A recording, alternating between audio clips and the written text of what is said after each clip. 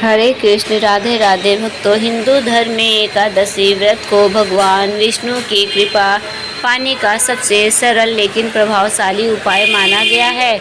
लेकिन एक व्रत ऐसा भी है जो देता है सभी एकादशियों का फल, निर्जल एकादशी। जिन्होंने श्री हरि की पूजा और रात्रि में जागरण करते हुए इस निर्जला एकादशी का व्रत किया है, उन्होंने अपने साथ ही बीती हुई 100 पीढ़ियों को और आने वाली 100 पीढ़ियों को भगवान वासुदेव के परम धाम में पहुंचा दिया है।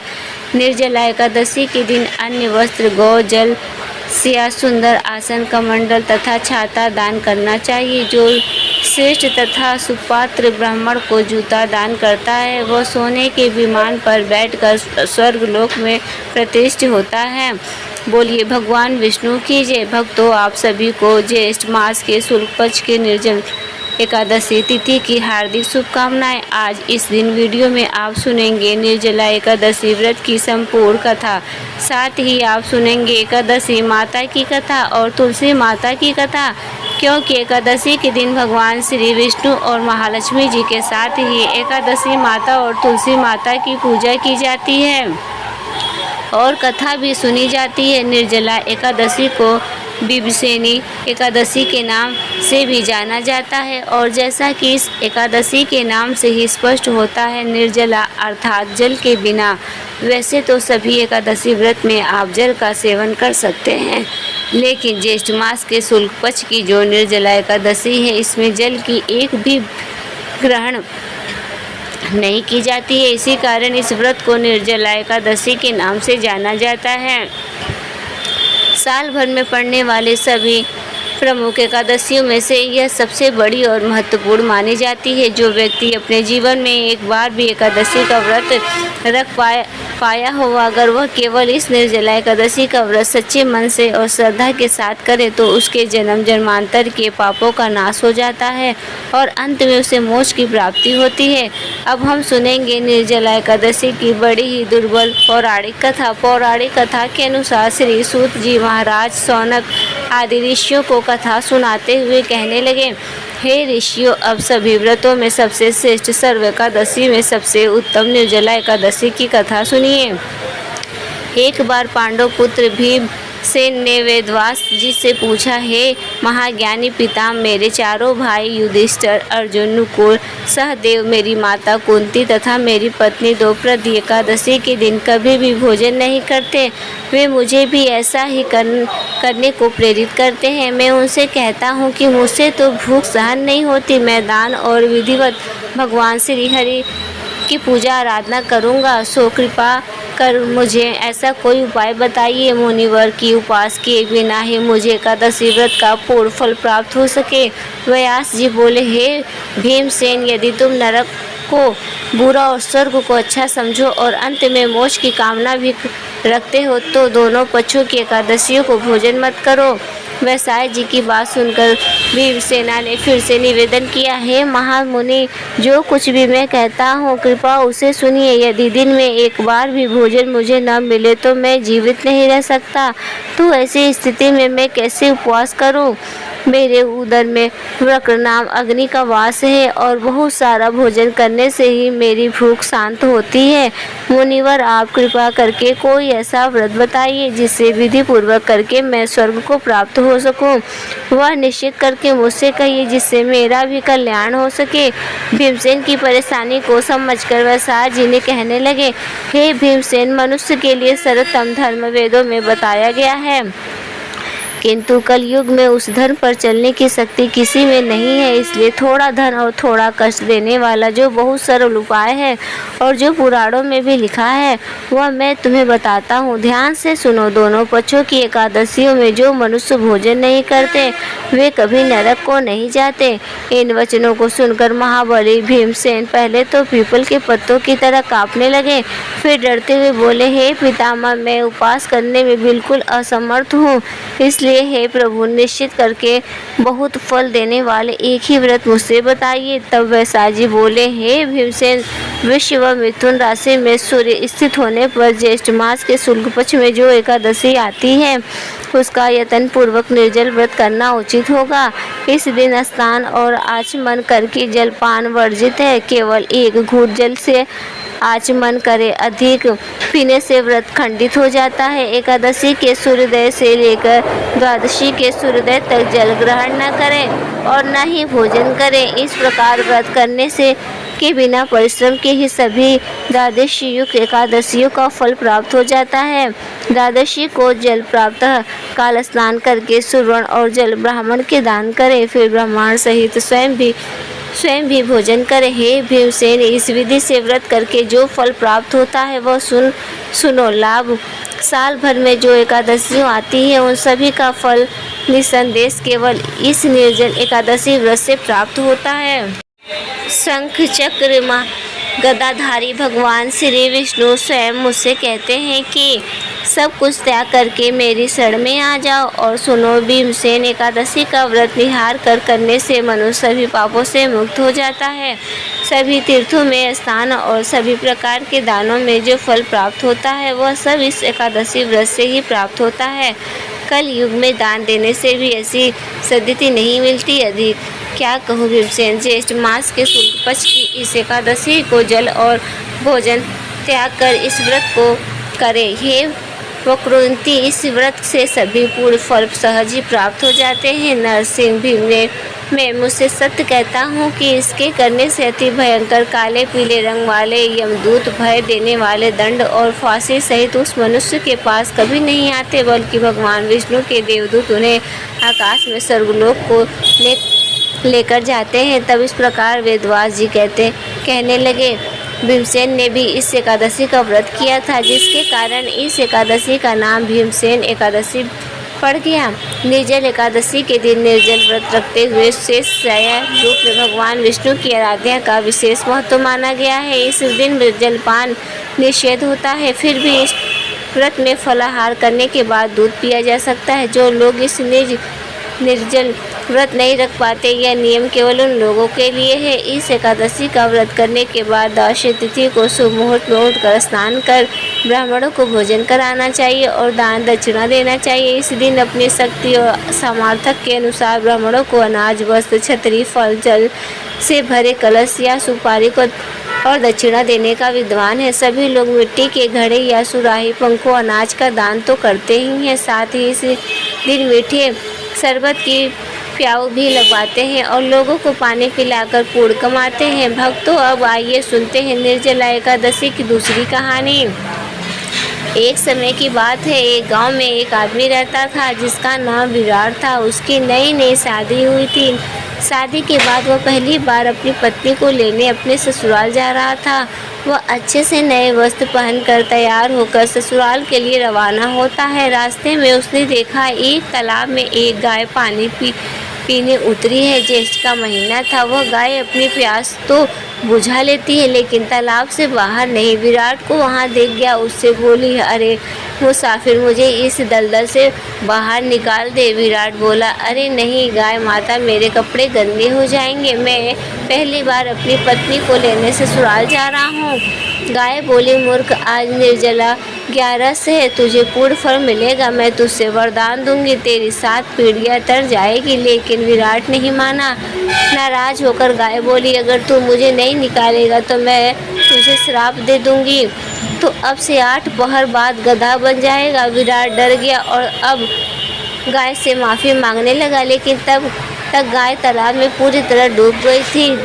यह देख विराट उदास हो गया और उदास मन से ही वह ससुराल पहुंचा। जवाई को देखकर ससुराल में सभी बहुत खुश हुए, लेकिन जाते ही उसने रट पकड़ ली, मेरी पत्नी को विदा कर दो, हमें जाना है, हमें अभी जाना है। सभी ने मिन्नतें करी, जमाई जी एक दिन तो रुक जाओ, लेकिन वह नहीं माना। तब उसकी पत्नी बोली, सब इतना कह रहे हैं तो आप रुक क्यों नहीं जाते। तब विराट ने उसे श्राप की सारी बातें बता दी। तब उसकी पत्नी तुरंत उसके साथ वापस घर की ओर चल दी। 8 पहर के बाद विराट गधा बन गया। उसकी पत्नी उसे घर में लेकर बैठी रही। इसी तरह कई दिन बीत गए। जब घर में अन्न धन कुछ भी नहीं बचा तो उस पत्नी से बोला, तुम मुझे लेकर मजदूरी करने चलो। तब वह दोनों नगर के राजा के यहाँ मजदूरी करने पहुँचे। राजा के कुएं में खुदाई का काम चल रहा था। उसकी पत्नी अपने सर पर मिट्टी रखकर मिट्टी फेंकने जाती है। सभी मजदूर उसे देखकर बोले, अरे बहन, जब तेरे पास गधा है तो इस पर बोझ रखकर क्यों नहीं ढोती, क्यों बोझ उठाती हो? पर वह कुछ नहीं बोली। दूर से राजा भी यह सब देख रहा था। एक दिन राजा ने उससे पूछा, तुम्हारे पास गधा है तो तुम क्यों उठाती हो? तब वो बोली, महाराज, ये गधा नहीं है, मेरे पति हैं, इनके गाय का श्राप लगा है। उसने राजा को सारी बात बता दी। राजा ने पंडित को बुलवाकर इसका हल पूछा। तब वह बोला, राजा जी, इसका एक ही हल है। जिस व्यक्ति ने अपने जीवन का काल में 101 ग्यारस करी हो और उसका फल वो इसे गधे को दे दे तो यह मानव बन जा सकता है। राजा ने पूरी नगरी में ऐलान करवा दिया कि जिसने भी 101 ग्यारस करी है, अगर वह अपनी ग्यारस का फल दे देता है तो राजा उसे अपना आधा राज दे देंगे। लेकिन पूरी नगरी में कोई भी ऐसा नहीं था जिसे 101 ग्यारस करी हो। किसी ने 10, किसी ने 11 को, किसी ने 21 ग्यारस करी थी। तब बुढ़िया माई आई और बोली, राजा जी, मैंने पूरी 101 ग्यारस करी है। राजा बोला, तुम अपनी ग्यारस इस गधे को दे दो तो मैं तुम्हें मुँह मांगा वरदान दूंगा। बुढ़िया बोली, महाराज, मैं धन लेकर क्या करूँगी? मैं आज हूँ, कल नहीं। मैं इसे 100 ग्यारस दे दूँगी, लेकिन एक निर्जला एकादशी के मैं अपने पास रखूँगी। इसे एक निर्जला एकादशी के फल से मुझे मोक्ष की प्राप्ति होगी, मुझे श्री हरि विष्णु की प्राप्ति होगी। ऐसा कहकर उस बुढ़िया ने अपनी 100 ग्यारस का फल उस गधे को दे दिया और वह वापस इंसान बन गया। लेकिन एक ग्यारस की कमी से उसका पूरा शरीर इंसान का हो गया, लेकिन अपनी गधे की पूंछ उसके शरीर से नहीं हटी। बोलिए जय श्री हरि विष्णु की। भक्तों, अब हम सुनेंगे एकादशी माता की कथा। एक बार एक राजा, राज्य में एक राजा रहा करता था। राजा बहुत ही बुद्धिमान और बलशाली था। राजा सदा ही अपनी प्रजा का बहुत अच्छे से ध्यान रखता था। प्रजा भी राजा को बहुत पसंद करती थी। राजा की 2 बेटियां थी। राजा अपनी दोनों बेटियों से बहुत प्रेम करता था। राजा की छोटी बेटी देखने में बहुत ही सुंदर और आकर्षक थी और राजा की बड़ी बेटी छोटी बेटी के मुकाबले थोड़ी कम सुंदर थी। राजा की छोटी बेटी माता की पूजा किया करती थी और सभी लोग राजा की छोटी बेटी से बहुत प्रेम करते थे और प्रशंसा भी करते थे। राजा भी अपनी छोटी बेटी को बड़ी बेटी से अधिक प्रेम करता था, जिसके कारण राजा की बड़ी बेटी को अपनी छोटी बहन से बहुत जलन होने लगी थी। तब दोनों बेटियां बड़ी हो गई। तब एक पड़ोस राज्य का राजकुमार राजा की बड़ी बेटी के लिए रिश्ता लेकर आया। लेकिन जैसे उस राजकुमार की नज़र छोटी बेटी पर पड़ी, वह पहले नज़र में उसे प्रेम करने लगा। उसने राजा की बड़ी बेटी से विवाह करने से मना कर दिया और कहा कि वह आपकी छोटी बेटी से विवाह करना चाहता है। यह सब देखकर राजा की बड़ी बेटी अपनी छोटी बहन से बहुत क्रोधित हो गई और उसे अपना सबसे बड़ा दुश्मन मान लिया। उसने अपनी छोटी बहन को जान से मारने का निश्चय कर लिया। पहले तो उसने एक लड्डू में जहर मिलाकर छोटी बहन को दे दिया, लेकिन उसे कुछ नहीं हुआ। फिर उसने एक मटके में सांप रखकर रात में उसके कमरे में छोड़ दिया, लेकिन सांप भी कुछ नहीं कर पाया। फिर बड़ी बहन ने उसे कुएं पर पानी भरने के बहाने ले जाकर धक्का दे दिया, लेकिन छोटी बहन को कुछ नहीं हुआ। हर बार ग्यारस माता उसकी रक्षा कर रही थी। तब बड़ी बहन ने पूछा, क्या तुम्हें पता है कि तुम्हारी या मेरी मृत्यु कैसे होगी? छोटी बहन बोली, हाँ दीदी, मेरी मृत्यु एक तोते में है। उस तोते के गले में एक हार है। जब तक वह हार किसी और के गले में न पहनाया जाए तो मैं जीवित रहूंगी। यदि कोई उस हार को पहन ले तो मैं मूर्छित हो जाऊंगी और तब वह हार उतार दिया जाए तो मैं वापस जीवित हो जाऊंगी। यह सुनकर बड़ी बहन बहुत खुश हुई और उसने उस तोते को ढूंढकर मार डाला और हार को अपने गले में पहन लिया। उधर छोटी बहन की शादी का दिन था। जैसे ही वह फेरे लेने लगी, 7.5 फेरे पूरे करते ही वह बेहोश होकर गिर पड़ी। वैद्य और हकीमों ने बताया कि वह न तो मरी है न जीवित है। राजा ने उसे पुराने महल में पलंग पर लिटा कर कुछ सैनिकों को तैनात कर दिया और किसी को बताने से मना किया। बड़ी बहन ने कहा, पिताजी अगर विवाह अधूरा रह गया तो आपकी इज्जत जाएगी, मैं विवाह कर लेती हूँ। राजा ने बड़ी बेटी को छोटी बेटी के कपड़े पहन दिए और विवाह कर दिया। परंतु राजकुमार को यह समझ आ गया कि वह उसकी प्रेमिका नहीं है। उसने मन ही मन निर्णय लिया कि वह अपने प्रिय को खोजेगा। एक दिन राजकुमार पुराने महल के पास से निकला और वहां जाकर सैनिकों से पूछा, यहाँ कौन है? सैनिक बोले, यहाँ राजा की छोटी बेटी लेटी है। राजकुमार बहुत प्रसन्न हुआ और जैसे ही रात हुई वह प्रेमिका को उठा लेकर खड़ी हो गई। उसने सारी बात बताई कि उसकी जान एक तोते में थी और उसकी बहन ने उसे मारने की कोशिश की थी। उसके पास एक हार है जिसको वह सुबह पहन लेती है और रात को उतार देती है। जब तक वह हार को पहनकर रखती है तब तक मैं मूर्छित रहती हूँ और जैसे ही वह हार को उतार देती है मैं तो जीवित हो जाती हूँ और तब तक मेरी बड़ी बहन के पास वह हार रहेगा। तब तक मैं ऐसे ही जीवित और मूर्छित होती रहूँगी। अगर मेरी बड़ी बहन के पास जो हार है वह मेरे लग जाए तो मैं हमेशा के लिए जीवित हो जाऊंगी।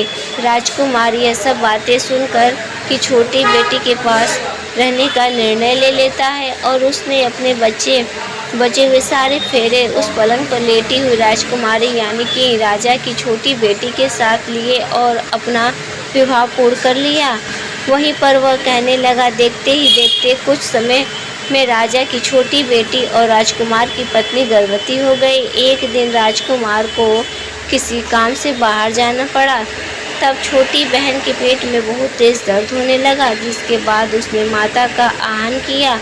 उसके पश्चात वहाँ माता प्रकट हुई और उन्होंने अपने भक्त के दर्द को दूर किया, साथ तथा एक पुत्र की प्राप्ति करवाई। उसी समय अचानक से राजकुमार भी वहां आ गए। राजकुमार ने ग्यारस माता को देखा तो वह आश्चर्यचकित हो गए और उसने तुरंत ग्यारस माता को प्रणाम किया। ग्यारस माता ने राजकुमार से कहा, जब तुम्हारा पुत्र 5 वर्ष का हो जाए तो तुम आकर अपनी पत्नी का हार इसके गले में डाल देना। देखते ही देखते राजकुमार और राजा की छोटी बेटी का पुत्र 5 वर्ष का हो जाता है।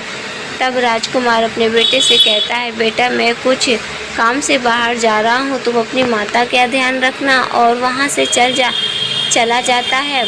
राजा को बाहर निकलता देख बड़ी बहन के सैनिक देख लेते हैं और जाकर सारी बातें बड़ी बहन को बता देते हैं, जिसके बाद बड़ी बहन अपनी छोटी बहन के पुत्र को वहाँ से उठाकर लेती है और उसे मरवा देती है। छोटी बेटी के पुत्र के 2 टुकड़े करवा देती है। पहला टुकड़ा चक्के के पास छुपा देती है और दूसरा टुकड़ा अपने पलंग के नीचे रख लेती है। अब ग्यारस माता भिखारी का रूप लेकर आती हैं और एक बिच्छू का वेश धर कर बड़ी बहन के पास जाती हैं। वहाँ पर भिक्षा मांगने लगती है। बड़ी बहन अपने नौकरों से कहती है, जाकर भिक्षा दे दो, लेकिन जैसे ही नौकर ग्यारस माता को भिक्षा देने आते हैं, माता उन्हें मना कर देती है और कहती है कि मैं तुम्हारी महारानी से ही भिक्षा लूँगी। तब बड़ी बहन स्वयं ही भिक्षा देने के लिए माता के पास आती है। तब माता एक बिल्ली का रूप लेकर उसके कमरे में चली जाती हैं और वहाँ पर छोटी बेटी के पुत्र के 2 टुकड़ों को आपस में जोड़ देती हैं और उसे जीवित कर देती हैं। फिर उसे वहाँ से ले जाती हैं। राजकुमार अपने बेटे को लेकर अपनी पत्नी के पास जाता है और उससे कहता है कि तुम इसका ध्यान रखना, अगर तुम इस बच्चे का अच्छे से ध्यान रखोगी तो मैं तुमसे बात करूँगा। एक दिन राजकुमार अपने बेटे से कहता है, बेटा तुम मम्मी से उनके गले का हार मांग लो। तो अपने पिता की बात मानकर राजकुमार का बेटा अपनी मम्मी के पास जाता है और कहता है कि मम्मी मुझे तुम्हारा हार चाहिए। यह सुनकर पहले तो बड़ी बहन बहुत क्रोधित होती है, पर उसे यह याद आता है कि राजकुमार ने कहा था कि अगर मैं इसे बच्चे का ध्यान अच्छे से रखूँगी तो वह मुझसे बात करेंगे। इसी कारण वह हार उस बच्चे को दे देती है और वह बच्चा तुरंत हार को ले जाकर अपने पिताजी को दे देता है। तभी राजकुमार अपने बेटे को लेकर वहाँ से जाने लगता है और अपनी पत्नी से कहता है कि तुम हमारे लिए खाना बनाकर रखना, मैं शाम को आकर तुम्हारे साथ खाऊंगा। और वह अपने बेटे को लेकर वहाँ से चला जाता है। इसके बाद वह राजा के पास जाकर सारी बातें बता देता है। राजा अपनी बड़ी बेटे की यह करतूत सुनकर बहुत क्रोधित होते हैं और अपनी परिवरिश पर ही दोष देने लगते हैं। वह राजकुमार को अपनी छोटी बेटी के साथ रहने का आदेश देते हैं। इस प्रकार ग्यारस माता की कृपा से राजकुमार और राजा की छोटी बेटी सुखपूर्वक रहने लगे। प्रेम से बोली एकादशी माता की जय, माता लक्ष्मी और भगवान विष्णु की जय, तुलसी माता की जय, माता पार्वती और भगवान शंकर की जय। अब आइए सुनते हैं तुलसी माता की पौराणिक कहानी। एक बार शिव ने अपने तेज को समुद्र में फेंक दिया था। उससे एक महान तेजस्वी बालक ने जन्म लिया।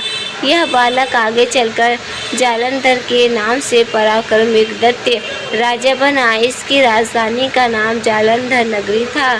दैत्यराज की कन्या वृंदा का विवाह जालंधर से हुआ। जालंधर महाराक्षस था। अपनी सत्ता के मद में चूर उसके माता लक्ष्मी को पाने की कामना से युद्ध किया, परंतु संबंध से ही उत्पन्न होने के कारण माता लक्ष्मी ने उसे अपने भाई के रूप में स्वीकार किया।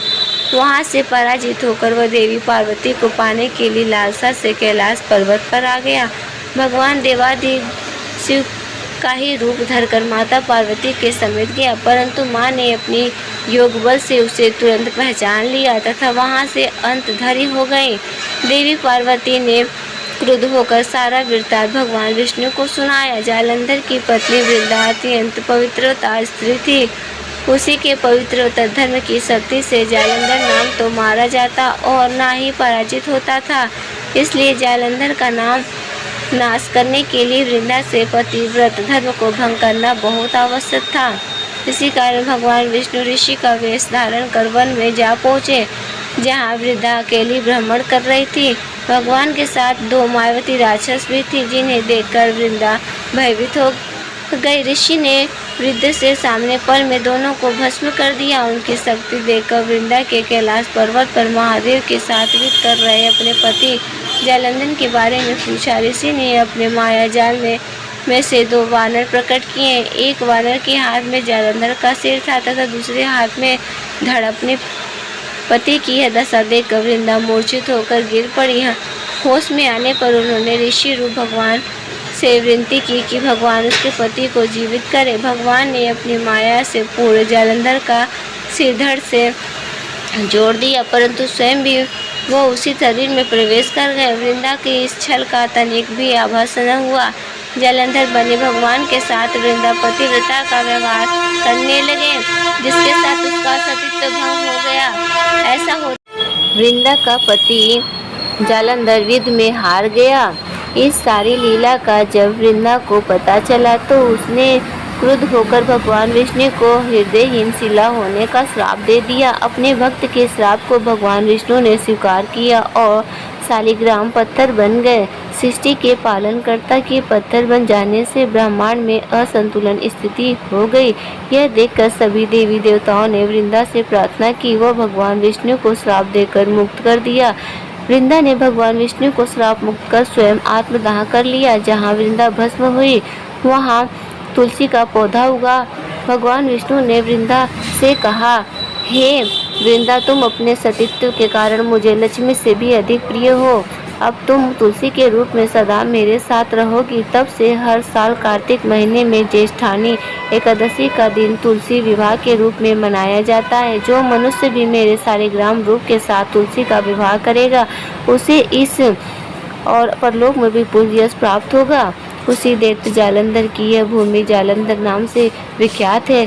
सती वृंदा का मंदिर वहाँ स्थित है। कहते हैं कि इस स्थान पर एक प्राचीन गुफा भी थी जो सीधी हरिद्वार तक जाती थी। सच्चे मन से 40 दिन तक सती वृंदा देवी के मंदिर में पूजा करने से सभी मनोरथ पूर्ण होते हैं। बोलिए तुलसी माता कीजिए। अब कथा के बाद आरती श्रवण कीजिए। ओम जय एकादशी माता, जय एकादशी माता। विष्णु पूजा व्रत को धारण कर, विष्णु पूजा व्रत को धारण कर सकती मुक्ति प्राप्त। ओम जय एकादशी माता, तेरे नाम गीना देवी, भक्ति प्रदान करनी माया, भक्ति प्रदान करनी माया, गढ़ गौरव की देवी माता, शास्त्रों में वर्णी। ओम जय एकादशी माता, मार्गशीर्ष की कृष्ण पक्ष की उत्पत्ता विश्व तारने जन्मी माया, उत्पन्न विश्व तारने जन्मी, शुक्ल पक्ष में हुई मोक्षदा मुक्ति दाता बन आए। ओम जय एकादशी माता, पौष की कृष्ण पक्ष की सफलता नामक है। सुख पक्ष में होए पुत्रदा आनंद अधिक रहे। ओम जय एकादशी माता नाम षष्ठीला। माघ में कृष्ण पक्ष आवे मैया शुक्ल पक्ष में जया गवावे। विजय सदा पावे। ओम जय एकादशी माता विजया।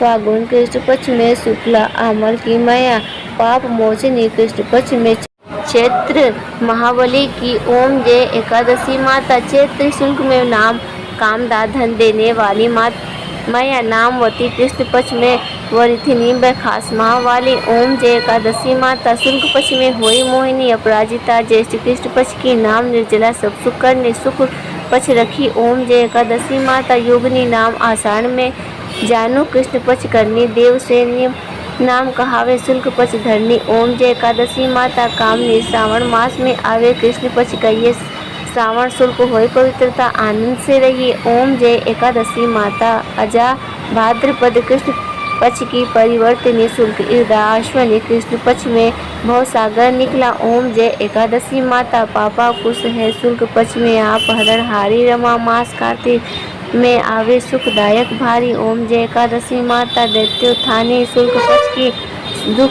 सुखनाशक मैया। पावन मास में करो विनती पार करो मैया। ओम जय एकादशी माता पारमा कृष्ण पक्ष में होती जन मंगल करनी मैया। शुल्क मास में होए पद्धति दुख दरिद्र हरनी। ओम जय एकादशी माता जो कोई आरती एकादशी की भक्ति सहित गावे जन्म गुरुदेव स्वर्ग का वास निश्चित व पावे। ओम जय एकादशी माता। ओम जय एकादशी माता। ओम जय एकादशी माता माता। ओम जय एकादशी माता प्रेम से बोलिए एकादशी माता की जय। श्री हरि लक्ष्मी नारायण भगवान की जय। आप सभी भक्तजनों का निर्जल एकादशी का व्रत सफल हो और भगवान श्री लक्ष्मी नारायण जी तथा एकादशी माता की कृपा आप और आपके पूरे परिवार पर सदा बने रहे। प्रेम से बोलिए जय श्री हरि विष्णु। ऐसे ही और भी रोचक और आध्यात्मिक वीडियो के लिए चैनल को सब्सक्राइब कर ले। दोस्तों आपको ये कथा कैसी लगी कृपया कमेंट करके ज़रूर बताएं। वीडियो पसंद आई हो तो वीडियो को लाइक करें और अपने दोस्तों के साथ हो सके तो ज़्यादा से ज़्यादा शेयर करें। फिर मिलते हैं ऐसे ही नेक्स्ट वीडियो के साथ। तब तक के लिए धन्यवाद।